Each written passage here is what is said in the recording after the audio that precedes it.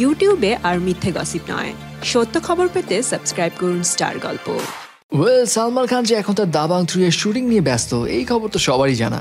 Right now Salman Khan আছেন মাহেশ্বর এলাকায়, যেখানে তিনি দাবাং 3 এর শুটিং স্টার্ট করেছেন।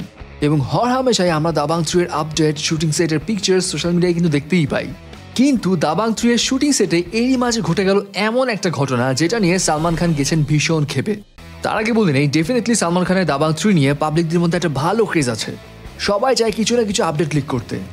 অন্যদিকে দর্শকদের সারপ্রাইজ দিতে এবং সাসপেন্সটা ধরে রাখতে দাবাং 3 এর টিম মেম্বারও চেষ্টা করে যাচ্ছেন যেন দাবাং 3 নিয়ে যতটা সম্ভব সিক্রেসি, একটু গোপনীয়তা রক্ষা করা যায়। তবে এখন বোধহয় এই ব্যাপারটা একটু চ্যালেঞ্জিং হয়ে গেছে, কারণ এরই মাঝে দাবাং 3 একটি গানের শুটিংয়ের ভিডিও লিক হয়ে গেছে, এবং যেটা এখন সোশ্যাল মিডিয়ায় ভাইরাল। সেই ভিডিওতে দেখা যাচ্ছে সালমান খান নিজের একটা আলাদা স্টাইলে নাচছেন। এখন গানের এই ভিডিও ফুটেজ লিক করা নিয়েই খেপেছেন সালমান খান এবং দাবাং 3 এর টিম। তারা ডিসিশন নিয়েছেন যে বা যারা সোশ্যাল মিডিয়ায় এই ফুটেজ লিক করেছেন তাদের এগেনস্টে স্ট্রিক্ট অ্যাকশন নেবেন।